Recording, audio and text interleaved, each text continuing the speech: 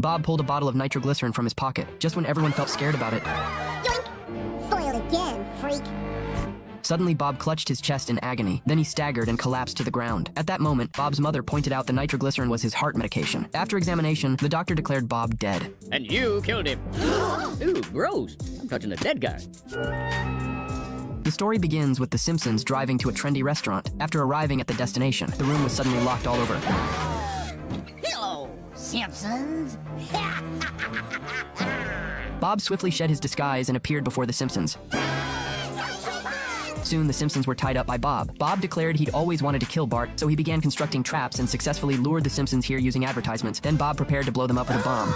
Bob pressed the switch. He quickly ran out of the room, but Bob soon ran back inside. It turns out there was a problem with the program. While Bob was fixing the device, the computer unexpectedly exploded. Sideshow Bob. Hoist on his own petard. It's Hoist with his own petard. He'll get a life. News reports soon covered the incident, and Bob was successfully arrested. When police apprehended Bob, his hair was too long, so they cut it off. On trial day, Bob claimed his actions stemmed from Bart's persecution. Bob's father then testified that due to childhood heart disease, Bob had always been gentle, but all of this was due to Bart's appearance causing Bob to suffer from severe dementia. To what degree was this dementia blown full?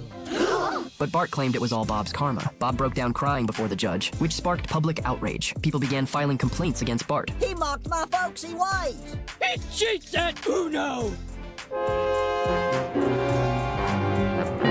As Bart retaliated, Bob suddenly became agitated and pulled out nitroglycerin. Bart saw this and snatched it over, throwing it out of the window. Unbeknownst to him, this triggered Bob's fatal heart attack. Soon, Bob's funeral was held. Everyone mourned his death. When the Simpsons came to pay their respects, Marge urged Bart to show more sorrow, but Bart felt he hadn't done anything wrong. Angrily, he stormed off. Just as Bart thought Bob had ruined his life, Bob's brother appeared beside him. After his persuasion, Bart decided to say his final goodbyes to Bob, but unexpectedly, Bob suddenly rose from the coffin holding a knife.